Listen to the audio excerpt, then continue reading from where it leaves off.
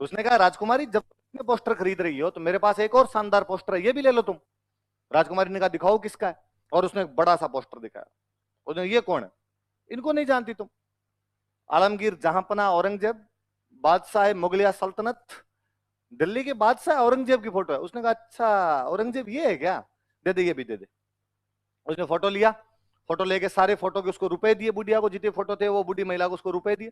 फिर अपनी सहेलियां जो पास में बैठी हुई थी उन सहेलियों को उसने कहा कि ये फोटो है, इस फोटो पे सब जूतियां मारो। सब सहेलियों ने उस पर जूतियां मारी, जूतियां मारी तो फोटो फट गया। फोटो फट गया तो उसने उस बूढ़ी महिला को दे दिया, और बूढ़ी महिला को उसके टुकड़े दे के कहा कि औरंगजेब को जाके दे देना, कहना चारूमती ने फाड़ा है। बुढ़िया दिल्ली गई, दिल्ली जाके उसने औरंगजेब को कहा कि साहब ये आपका फोटो है, चिंदी चिंदी कर दी इसकी। किसने, तो साहब को चारूमती नाम की राजकुमारी है रूपनगढ़ की, और उसने ये किया है, और कहा और है कि जाके तुम्हारे औरंगजेब को दिखा देना। और तौबा तौबा, मैं तो बता भी नहीं सकता, बता भी नहीं सकती कि लड़कियों की कैसी कैसी गालियां निकाल रही थी आपको। औरंगजेब को बड़ा गुस्सा है। औरंगजेब ने कहा अच्छा। औरंगजेब ने हाथों हाथ रूपनगढ़ के लैंडलाइन पर फोन किया कि मैं इतनी तारीख को चारूमती से ब्याह करने के लिए आऊंगा। रूपनगढ़ वालों की क्या औकात की औरंगजेब को मना करते हैं। औरंगजेब को मना करे 2 मिनट में ईंटें उखाड़ के रख दिया। उन्होंने कहा साहब आओ, उससे 2 दिन पहले मिस कॉल करना, हलवाई बिठा लेंगे, और तो क्या ही करें। ये बात चारूमती को पता चली कि मेरी शादी किससे करने जा रहे हैं, औरंगजेब। उसने अपने भैया को, पापा को मना किया कि ना मैं औरंगजेब से शादी नहीं करूंगी। और तुम किससे पूछ के मेरी शादी औरंगजेब से कर रहे हो। भैया ने कहा तू किससे पूछ के पोस्टर फाड़ रही थी,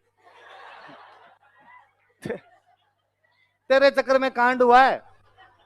ना पोस्टर फाड़े, ना कोई लफड़ा हो, ना औरंगजेब धमकियां दे, ना अपने को ब्याह करना पड़े।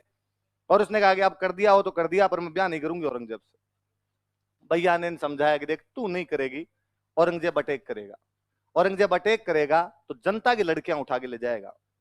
सेना जो आएगी खुरंजी करेगी, लूटमार करेगी, साधारण जनता की लड़कियां उठा उठा के ले जाएंगे।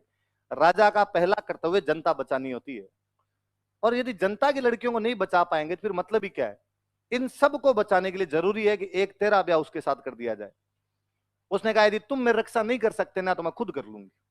तो भैया को गुस्सा है, भैया ने कहा कर ले, तो जो करे तेरे मन में वो आए। पोस्टर भी तू अपने हिसाब से फाड़ रही थी, रक्षा भी अपने हिसाब से कर ले। अब चारूमती सोचेगी कौन रक्षा कर सकता है। तभी चारूमती को याद आया कि राणा राज सिंह ने ऐलान करवा रखा है कि यदि किसी हिंदू राजकुमारी के साथ ऐसा कुछ भी होता है तो एक मैसेज मेरे को कर दिया जाए। पहले तो उसने कहीं से राज सिंह जी के व्हाट्सएप नंबर कबाड़े, फिर राज सिंह को उसने मैसेज किया, फूल तुम्हें भेजा है खत में, फूल नहीं मेरा दिल है। उसने लिख के भेजा कि राणा राज सिंह जी, औरंगजेब मुझसे जबरदस्ती शादी करना चाहता और मैं औरंगजेब से शादी नहीं करना चाहती। जिस प्रकार भगवान कृष्ण जरासंध के खिलाफ रुक्मणी को उठाकर ले गए थे, कुछ उसी प्रकार आप मुझे औरंगजेब के खिलाफ उठाकर ले जाइए और मुझे अपने चरणों की दासी बना लीजिए। ऐसे मैसेज राज सिंह के पास आते ही रहते थे। राज सिंह ने पहले डीपी चेक की,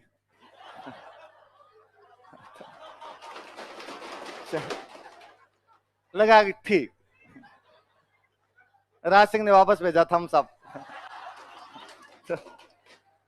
राज सिंह ने कहा कि शादी वाला कार्ड भेज दो, चाक भात लगन किस तारीख को है, औरंगजेब की बारात आएगी उससे पहले पहले अपने आ जाएंगे। अब राज सिंह ने औरंगजेब के पास मैसेज किया कि भाई औरंगजेब इधर अपने जाएंगे देख।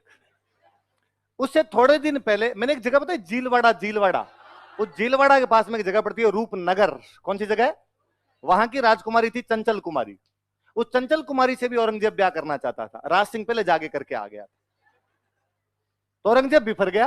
औरंगजेब ने कहा ये क्या तरीका हुआ, वहां भी तू यहां भी भाई भाई कोई मिल बांट के करते हैं। राज सिंह ने कहा आगे वाला नंबर तेरा, इस बार डीपी देख ली है, अब कंट्रोल नहीं है, देख तुम यहां ब्याह मैं करूंगा, बाकी का देख लेंगे आगे, आगे 2 मौके तेरे को दे दिए जाएंगे। औरंगजेब ने कहा तो ठीक है, इस बार अपने तो भाई खुद के ईगो की बात है, और उसने यार मेरी फोटो फाड़ के फेंक दी थी, और इस बार अपने दोनों करेंगे लड़ाई, और जो लड़ाई में जीतेगा उससे ब्याह हो जाएगा। राज सिंह ने कहा इसके लिए तो सिग्नल तोड़ ताड़ के तुम कहे वैसे वो वाली फीलिंग है अपने। तो औरंगजेब ने कहा मैं दिल्ली से आर्मी लेके आऊंगा, तू अपने मेवाड़ से आर्मी लेके आ जाना, और जो जीत जाएगा उससे ब्याह हो जाएगा। राशि ने कहा ठीक। अब भाई शादी का दिन नजदीक आया, शादी का दिन नजदीक आया तो अब लड़ाई करने जाना पड़े, तो सामंतों को सबको इकट्ठा किया, बड़े बड़े मंत्री मंत्री बिठाए, और मंत्रियों को बिठा के राज सिंह जी बड़े गंभीर मुद्रा में बोले कि एक अबला नारी अपने को पुकार रही है। मंत्री मन ही मन सोचे कि सर आपको हर तीसरी आजकल अबला नहीं लगती, इस मामले में थोड़े ज्यादा अग्रेसिव नहीं हो रहे हो आप। मंत्री वर्ग बोले तो क्या, मन ही मन बात सोचे बेचारे, हाँ हाँ बताओ साहब, राणा जी बताओ क्या करना है। कहा रूपनगढ़ की राजकुमारी चारुमती, औरंगजेब जबरदस्ती शादी करना चाहता है और मैंने वचन दिए हैं कि मैं उसे शादी करूंगा, औरंगजेब को उसे शादी नहीं करने दूंगा। कर लो, क्या दिक्कत है इसमें, हमसे क्या पूछना है। कि नहीं, उधर से औरंगजेब की सेना आएगी और आपको लड़ने के लिए जाना पड़ेगा, तब तक लड़ना है जब तक मेरे फेरे नहीं हो जाए, मेरे फेरे होते ही मैं खुद आ जाऊंगा, पर जब तक मेरे फेरे नहीं हो औरंगजेब की सेना अजमेर क्रॉस नहीं करनी चाहिए, अजमेर वाली घाटी के अंदर रोक के रखनी है, उधर किशनगढ़ की तरफ आनी नहीं चाहिए। उन्होंने कहा साहब ठीक है, चिंता ही मत करो, सेना लड़ लेगी जाके, आप तो आराम से फेरे करना, आओ तो ठीक, नहीं आओ तो ठीक, औरंगजेब को हम अजमेर से आगे इंच नहीं बढ़ने देंगे। सेना तैयार। सेना का सेनापति कौन हो? सलुम्बर का सामंत, और सलुम्बर का सामंत इस टाइम जो था उसका नाम था रतन सिंह चुंडावत। क्या नाम था?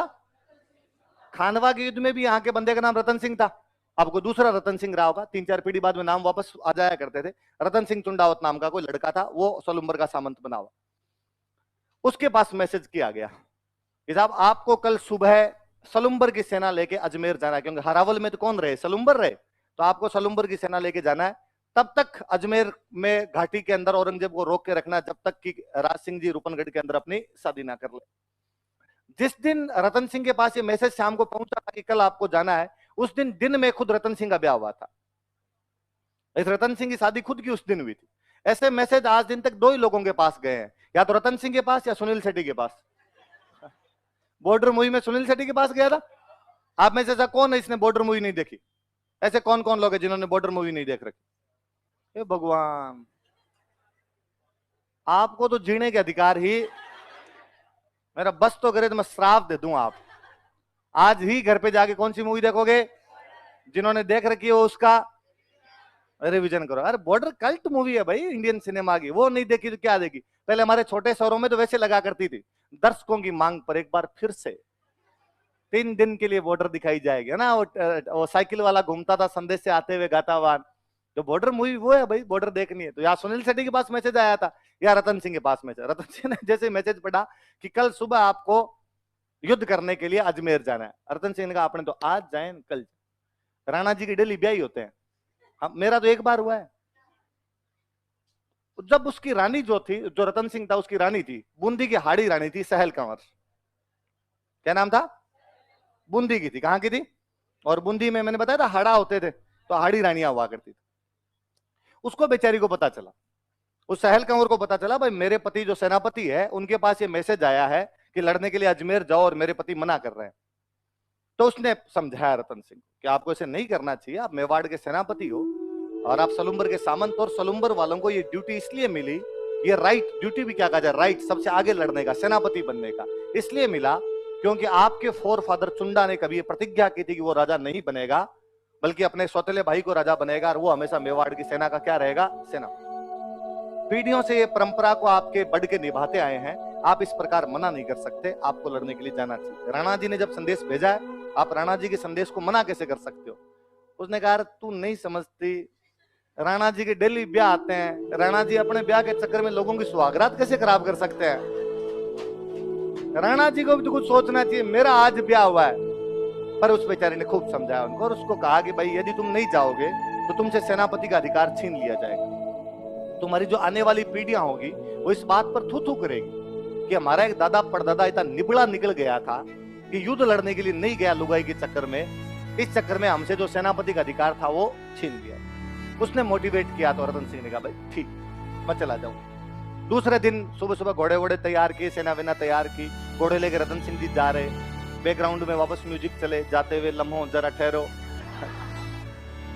जैसे ही उस हाड़ी रानी वाले महल के पास आए तो रतन सिंह जी का घोड़ा अपने आप ही रुक गया। रतन सिंह जी ने ऊपर देखा तो रानी जरोखों में खड़ी खड़ी देख रही, और रतन सिंह जी ने अपने पास में कोई सोल्जर खड़ा था उसको कहा ऊपर जा, और ऊपर जाके रानी को कहे कि मेरे लिए कोई निशानी भेज दे। क्या भेज दे? अंगूठी वंगूठी कुछ ही भेज दे। उसको लगा कि यार कोई चूड़ी अंगूठी कुछ भेज देगी, टाइम पास करेंगे यार थोड़ी देर। कैसे रहा जाए, नया नया ब्याह हो रखा आदमी। वो सैनिक गया और उस सैनिक ने जाग कहा, भाई रानी साहब रतन सिंह जी नीचे खड़े हैं और आपकी कोई ना कोई निशानी मंगा रहे। हम पढ़ते हैं कि जिस प्रकार हनुमान जी जब माँ सीता से मिलने के लिए गए थे तो माँ सीता ने भगवान राम के लिए कंगन भेज दिए थे। क्या भेजे थे? तो सिपाही को लगा ऐसे ये भी कोई भाई छोटी मोटी निशानी दे देंगे अपने। वो राजकुमारी सोचती है, वो रानी सहल कंवर सोचती है कि जो आदमी युद्ध में जाने से आनाकानी कर रहा है, इस बात की क्या गारंटी है कि वहां पे लड़ लेगा। और यदि वहां पे ना लड़ पाया और वापस आ गया तो आने वाली पीढ़ियां इस बात के लिए मुझे धिक्कारेगी और कहेगी कि एक युवती की सुंदरता की वजह से उसका पति युद्ध नहीं लड़ पाया था। उसे और याद आता है कि मैं उन बूंदी के हाड़ाओं की वो राजकुमारी हूं जिसकी बुआ ने कभी इस वजह से किले के दरवाजे बंद कर दिए थे कि मेरे फूफा एक युद्ध में हार कर वापस आ गए थे। इसकी रियल बुआ थी जोधपुर में जसवंत सिंह की रानी थी। और राजा जसवंत सिंह जब युद्ध हार कर वापस आया था तो उसने कहा था ऐसे बेलखना पति हो इससे तो अच्छा नहीं हो, और मैं इसको पति मानती हूँ। कहा एक तरफ मेरी बुआ जो हार के आने पे बंद कर दे दरवाजे, पति को मानने से मना कर दे, एक तरफ मैं जिसका पति युद्ध करने से ही मना कर रहा है। मुझे लगा इस जीवन का क्या मतलब। यदि सुंदरता की वजह से, मेरे इस जीवन की वजह से मेरा पति युद्ध नहीं कर पा रहा तो मर जाना बेहतर होगा ना ज्यादा। वो लड़की अपना सिर काट के दे देती है। क्या काट के देती है? हम आज दिन तक गाते हैं, चुंडावत मांगी सेनानी सिर काट दे दियो सतरानी। इस चुंडावत ने उस दिन निशानी मांगी थी और सतरानी ने क्या काट कर दे दिया था अपना। और कोई एक कवि का अच्छा दुआ के सतरी सेनानी चाहिए समर सलुम्बर धीस चुड़ामन मेली सियान ईंधन मेलियोसिस। सतरी सेनानी चाहिए, उस सती से निशानी चाहिए थी। समर सलुम्बर धीस, समर मतलब युद्ध, युद्ध में जाते हुए सलुम्बर के सामंत ने अपनी पत्नी से निशानी मांगी थी। चुड़ामन मेलिसिया, चुड़ामन मतलब चूड़ियां कंगन। माँ सीता ने तो कंगन भेजे थे जब निशानी मांगी थी। ईंधन मेलियोसिस, इसने तो सिर काट के दे दिया था। वो राजकुमारी कौन थी जो अपने पति की निशानी मांगने पे सिर काट के देती है? कौन थी?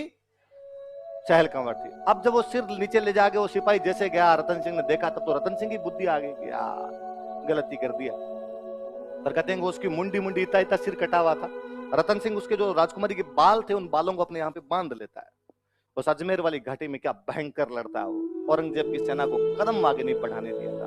केवल सलुम्बर वालों ने उसने दिल्ली की सेना को पीट पीट के भगा दिया था यहाँ से। राज सिंह आराम से शादी वादी करके राजसमंद लौटे।